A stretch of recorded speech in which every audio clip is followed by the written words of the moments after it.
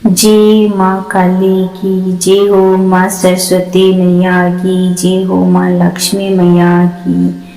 मैं सीता प्रजापति आज लेके आई हूँ सप्तशती का चौथा अध्याय। महर्षि मेधा बोली, देवी ने जब पराक्रमी दुरात्मा महिषासुर को मार गिराया और उसकी असुरों की सेना को नष्ट कर दिया, तब इंद्र आदि समस्त देवता अपने सिर तथा शरीर को झुकाकर अपने प्रकार की वाणी से भगवती की स्तुति करने लगे। जिस देवी ने अपनी शक्ति से यह सारा जगत उत्पन्न किया है, जो सर्व शक्तिमान है और जो संपूर्ण देवताओं तथा महर्षियों की पूजनीय है, उस अंबिका को हम भक्ति पूर्वक नमस्कार करते हैं। वह हम सबका कल्याण करे, जिसके अतुल्य प्रभाव और बल का वर्णन ब्रह्मा, विष्णु और शंकर भी नहीं कर सकते। वह ही चंडिका देवी संपूर्ण जगत का पालन करने वाली हो और असुंभ भय का नाश करने में तत्पर हो। पुण्यात्माओं के घरों में तुम स्वयं लक्ष्मी रूप हो और पापियों के घरों में तुम अलक्ष्मी रूप हो। बुद्धिमानों के हृदय में बुद्धि रूप हो, श्रेष्ठ पुरुषों में श्रद्धा रूप हो और सतकुल में उत्पन्न होने वालों के तुम लज्जा रूप होकर उनके घरों में निवास करती हो। हम उस दुर्गा भगवती को नमस्कार करते हैं।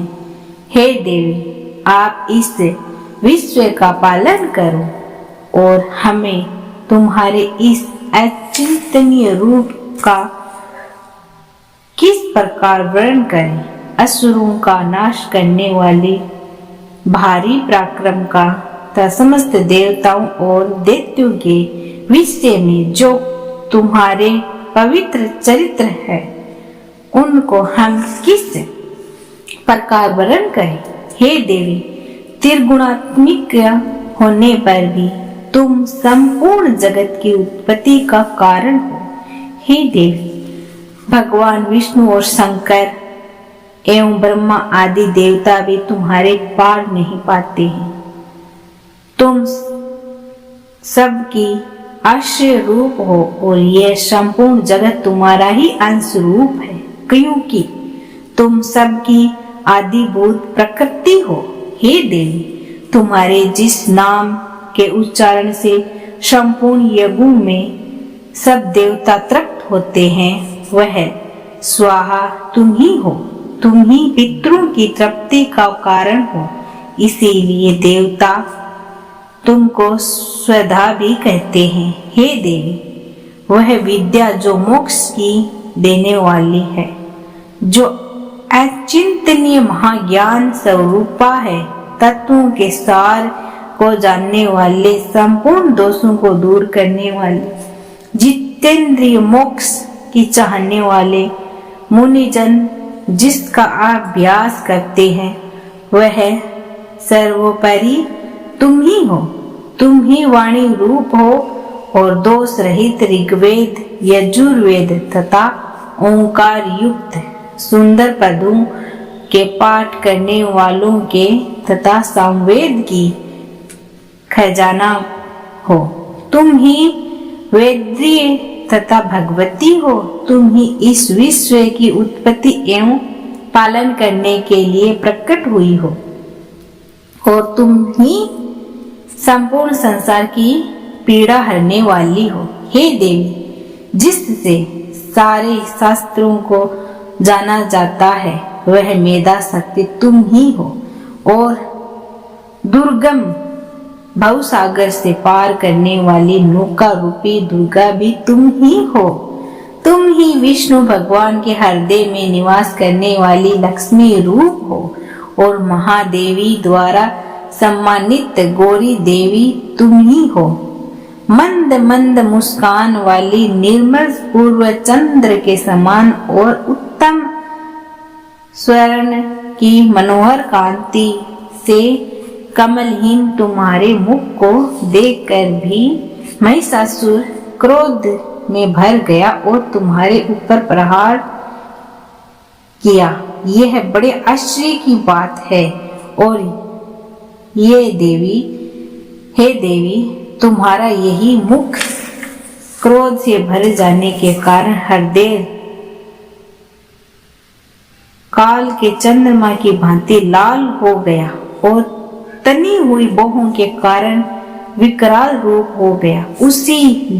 उसे देखकर भी महिषासुर के शीघ्र प्राण नहीं निकले। यह बड़े आश्चर्य की बात है।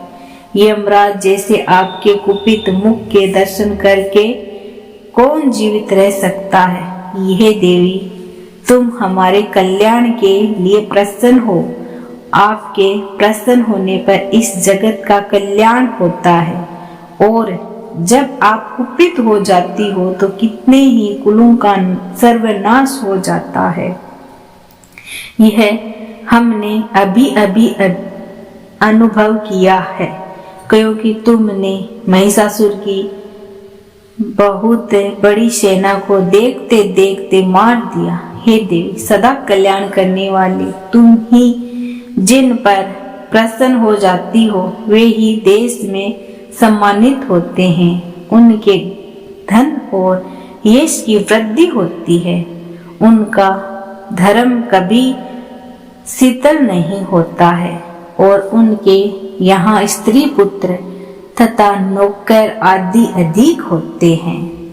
हे देवी, तुम्हारी कृपा से ही धर्मात्मा पुरुष प्रतिदिन श्रद्धा पूर्वक यज्ञ आदि धर्म कार्य करता है और धर्माकुल आचरण करता है, जिसके प्रभाव से वह सर्वलोक में जाता है, क्योंकि तुम ही तीनों लोकों में मनवांछित फल देने वाली हो।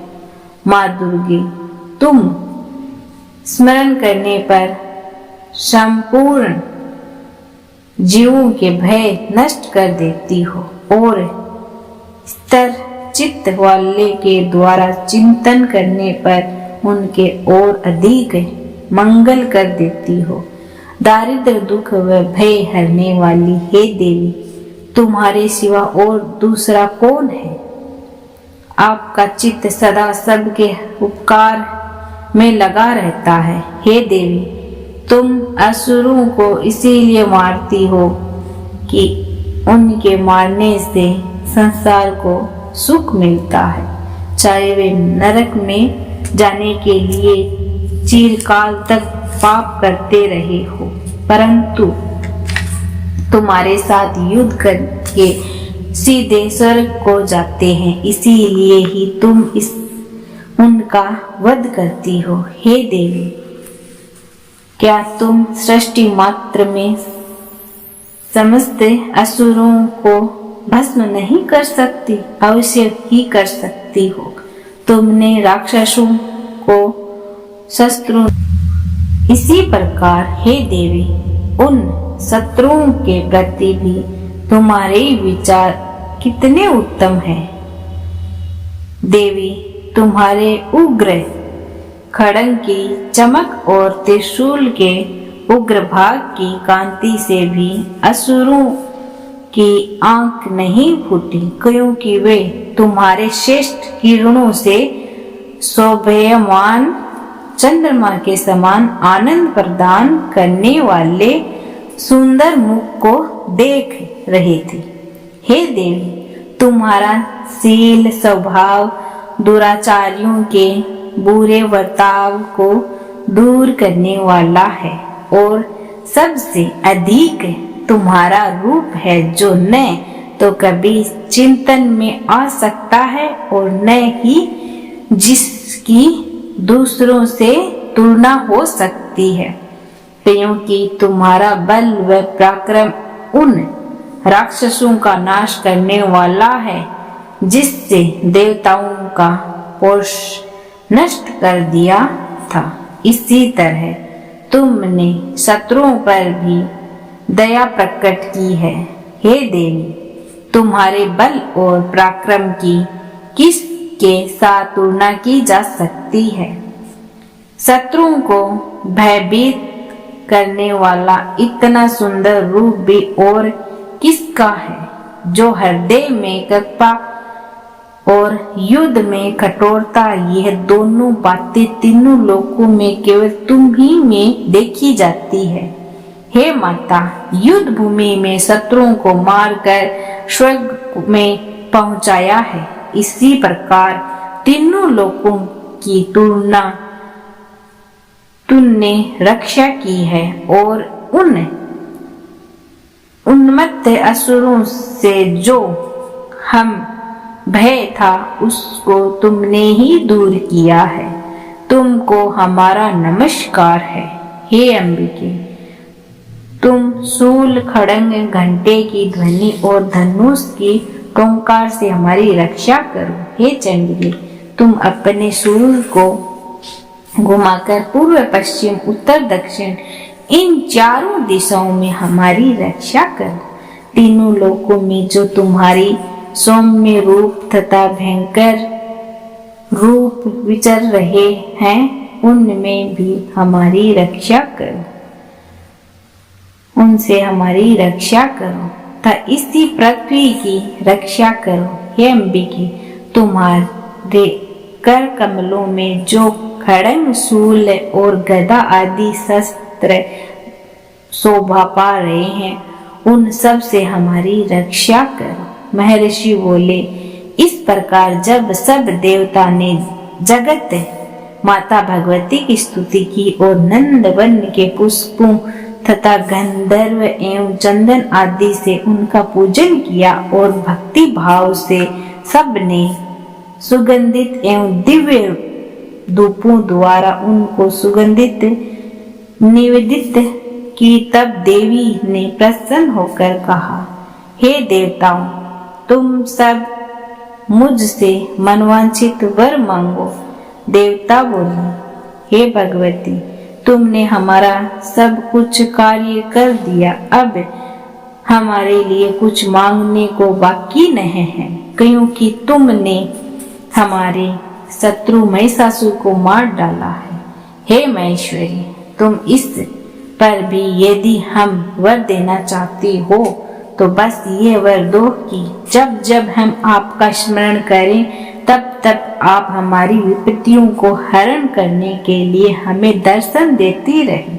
हे अंबिके, जो मनुष्य तुम्हारी स्तोत्र आदि से स्तुति करे, तुम उनको भी ऐश्वर्य, समृद्धि और वैभव आदि देने के साथ साथ ही उनकी धन और स्त्री आदि संपत्ति बढ़ावे और सदा हमें पर प्रसन्न रहे। महर्षि बोले, हे राजन, देवताओं ने जब प्रसन्न के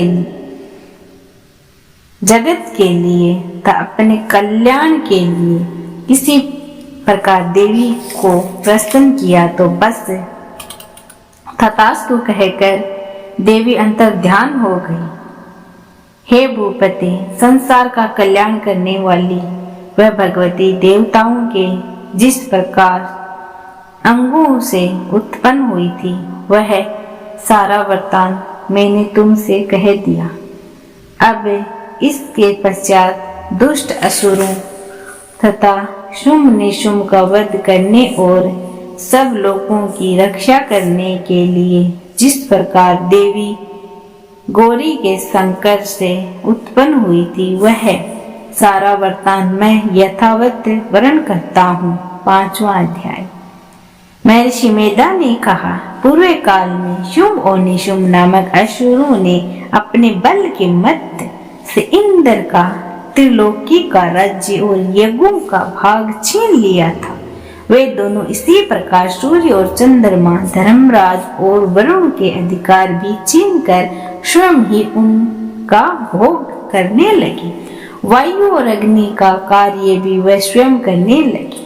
तत्पश्चात उन्होंने सब देवताओं का अधिकार भी छीन लिया और उनको अपने अपने स्थान पर बाहर निकाल दिया। इसी प्रकार से अधिकार विहीन तथा दैत्यों द्वारा निकाले हुए देवता अपराजिता देवी का स्मरण करने लगे कि देवी ने हमको वर दिया था कि विपत्तियों के समय में तुम्हारी संपूर्ण विपत्तियों को नष्ट कर दूंगी। ऐसा विचार कर सब देवता हिमालय पर्वत पर गए और विष्णु माया भगवती की स्तुति करने लगे। देवताओं ने कहा, देवी महादेवी को नमस्कार है, शिवा को नमस्कार है, प्रकृति भद्रा को नमस्कार है। हम लोग रौद्रा नित्या गौरी धात्री को नमस्कार करते हैं। ज्योतिषना चंद्र रूपणीता सुख रूपा देवी को निरंतर नमस्कार करते हैं। शरणागतों का कल्याण करने वाली वृद्धि रूपा, सिद्धि रूपा और नेतृत्व देवी को हम बारंबार नमस्कार करते हैं। राजाओं की लक्ष्मी तथा सर्वाणी देवी को हमारा नमस्कार है। दुर्गा को दुर्गम स्थानों से पार करने वाली दुर्गपारा को सारा सर्वकारिणी विख्याति कृष्ण और धूम्र देवी को सत सत नमस्कार है। अत्यंत सौम्य तथा अत्यंत रुद्र स्वरूपा को हम नमस्कार करते हैं। उन्हें हमारा बारंबार प्रणाम है। जगत प्रतिष्ठित प्रकृति देवी को बारंबार नमस्कार करते हैं। जिस देवी को प्राणी मात्र में विष्णु माया नाम से कहते हैं, उसको नमस्कार है, उसको नमस्कार, उसको नमस्कार। जो देवी संपूर्ण प्राणियों में चेतना रूप से कहलाती है, उसको नमस्कार है, उसको नमस्कार है, उसको नमस्कार। जो देवी संपूर्ण प्राणियों में बुद्धि रूप से स्थित है, उसको नमस्कार है, उसको नमस्कार है, उसको नमस्कार। जो देवी सब प्राणियों में निंद्रा रूप से स्थित है, उसको नमस्कार है, उसको नमस्कार है, उसको नमस्कार। जो देवी संपूर्ण प्राणियों में सुधा रूप से विराजमान है, उसको नमस्कार है, उसको नमस्कार है, उसको नमस्कार है। जो देवी संपूर्ण प्राणियों में छाया रूप से स्थित है, उसको नमस्कार है, उसको नमस्कार है, उसको नमस्कार। जो देवी सब प्राणियों में शक्ति रूप से स्थित है, उसको नमस्कार है, उसको नमस्कार है, उसको नमस्कार। जो देवी संपूर्ण प्राणियों में कृष्ण रूप से स्थित है, उसको नमस्कार है, उसको नमस्कार है, उसको नमस्कार। जो देवी सब प्राणियों में क्षमा रूप से स्थित है, उसको नमस्कार है, उसको नमस्कार है, उसको नमस्कार।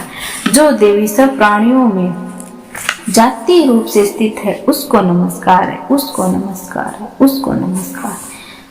जो देवी सब प्राणियों में लज्जा रूप से स्थित है, उसको नमस्कार है, उसको नमस्कार है, उसको नमस्कार। जो देवी सब प्राणियों में शांति रूप से स्थित है, उसको नमस्कार है, उसको नमस्कार है, उसको नमस्कार। जो देवी सब प्राणियों में श्रद्धा रूप से स्थित है, उसको नमस्कार है, उसको नमस्कार है, उसको नमस्कार। जो देवी सब प्राणियों में कांति रूप से स्थित है, उसको नमस्कार है, उसको नमस्कार, उसको नमस्कार। जो देवी सब प्राणियों में लक्ष्मी रूप से स्थित है, उसको नमस्कार है, उसको नमस्कार, उसको नमस्कार। जो देवी सब प्राणियों में वृत्ति रूप से स्थित है, उसको नमस्कार है, उसको नमस्कार। जो देवी सब प्राणियों में समृद्धि रूप से विराजमान है, उसको नमस्कार है, उसको नमस्कार। जो देवी सब प्राणियों में दया रूप से स्थित है, उसको नमस्कार है, उसको नमस्कार है। जो देवी सब प्राणियों में तुष्टि रूप से स्थित है, उसको नमस्कार है, उसको नमस्कार है, उसको नमस्कार। जो देवी संपूर्ण प्राणियों में मार्तक रूप से स्थित है, उसको नमस्कार है, उसको नमस्कार है। जो देवी संपूर्ण प्राणियों में भांति रूप से स्थित है, उसको नमस्कार है, उसको नमस्कार। जो देवी सब प्राणियों में नित्य व्याप्त रहती है, उसको बारंबार नमस्कार है। जो देवी चैतन्य रूप से इस संपूर्ण संसार में व्याप्त है, उसको नमस्कार है, उसको नमस्कार है, बारंबार नमस्कार। पूर्व काल में देवताओं ने अपने अभीष्ट फल पाने के लिए जिसकी स्तुति की है और देवराज इंद्र ने बहुत दिनों तक जिनकी सेवा की है, वह है कल्याण की साधना भूता ईश्वरी हमारा कल्याण और मंगल करे तथा सारी विपत्तियों को नष्ट करे। असुरों द्वारा सताए हुए हमें संपूर्ण देवता उस परमेश्वरी को हम इस समय नित्य नतमस्तक होकर नमस्कार करते हैं तथा जो भक्ति पूर्वक समस्त स्मरण की जाने पर तुरंत ही सब विपत्तियों को नष्ट कर देती है, वह जगदम्बा इस समय हमारा मंगल करे और हमारी विपत्तियों को दूर करे। महर्षि मेधा ने कहा, हे राजन, इस प्रकार जब देवता स्तुति कर रहे थे उस समय पार्वती देवी गंगा में स्नान करने के लिए आई और देवताओं ने से बोली, तुम किसकी स्तुति कर रहे हो? इतना कहते ही उनके शरीर से शिवा देवी प्रकट होकर बोली, संग्राम के अशुभ और निशुम से हार हुए तथा स्वर्ग से निकाले हुए अपमानित होने के कारण यह देवता हमारी ही स्तुति कर रहे हैं। पार्वती के शरीर कोश से अंबिका देवी प्रकट हुई थी, इसीलिए उसको संपूर्ण लोक में कौशिकी नाम से कहते हैं। कौशिकी के निकल जाने के पश्चात पार्वती देवी के शरीर का रंग काला हो गया, अतः वह हिमालय पर रहने वाली कालिका देवी के नाम से प्रसिद्ध हो गई। फिर शुंभ निशुंभ के दूत चंड मुंड वहां आए और उन्होंने परम मनोहर रूप वाली अंबिका देवी को देखा। तब वे शुंभ के पास जाकर बोली, महाराज, एक अत्यंत सुंदर स्त्री हिमालय पर्वत को प्रकाशित कर रही है। वैसा सुंदर रंग रूप आज तक हमने किसी स्त्री में नहीं देखा। हे असुरेश्वर, आप यह पता लगाकर कि ये वह कौन है उसको ग्रहण कर ले। वह स्त्री स्त्रियों में रत्न है। वह अपनी कांति से दसों दिशाओं को प्रकाशमान करती हुई वहां स्थित है, इसीलिए आपको उसका देखना उचित है। हे दैत्य, तीनों लोकों में हाथी, घोड़े और मणि इत्यादि जितने रत्न है वे सब इसी समय आपके घर में शोभमान है। हाथियों में रत्न रूप ऐरावत हाथी, पारिजात वृक्ष और उच्चवा नामक घोड़ा था। आप इंद्र से ले आए हैं। हंसों से युक्त व रत्नों से जड़ा हुआ विमान जो कि ब्रह्मा जी के पास था वह अब आपके पास है। महापद नामक खजाना आपने कुबेर से छीना है। समुद्र ने आपको सदा खिले हुए फूलों की कुंजकिनी नामक माला दी है। कंचन की वर्षा करने वाला वरुण का छत्र और प्रजापति का श्रेष्ठ रथ भी आपके पास है। हे दैतेंद्री, मृत्यु से उत्क्रांति नामक शक्ति भी आपने छीन ली है और वरुण का पासा भी आपके भ्राता निशुंभ के पास है। समुद्र में पैदा होने वाले सब प्रकार के रत्न भी आपके भ्राता निशुंभ के अधिकार में है और अग्नि से न जलने वाले ऐसे दो वस्त्र आपको अग्नि ने दिया है। हे दैत्यराज, इस प्रकार सारी रत्न रूपी वस्तुएं आप संग्रह कर चुके हैं, तो फिर आप यह कल्याणमय स्त्री में रत्न रूप अनुपम स्त्री ग्रहण क्यों नहीं करते? महर्षि मेधा ने कहा। चंड मुंड के ऐसे वचन सुनकर शुंभ ने सुग्रीव को अपना दूत बनाकर कह देवी के पास भेजा। दूत से कहा, मेरी आज्ञा वहां जाकर भली प्रकार कहना और यह भी कह दिया कि वह जिस प्रकार प्रसन्न हो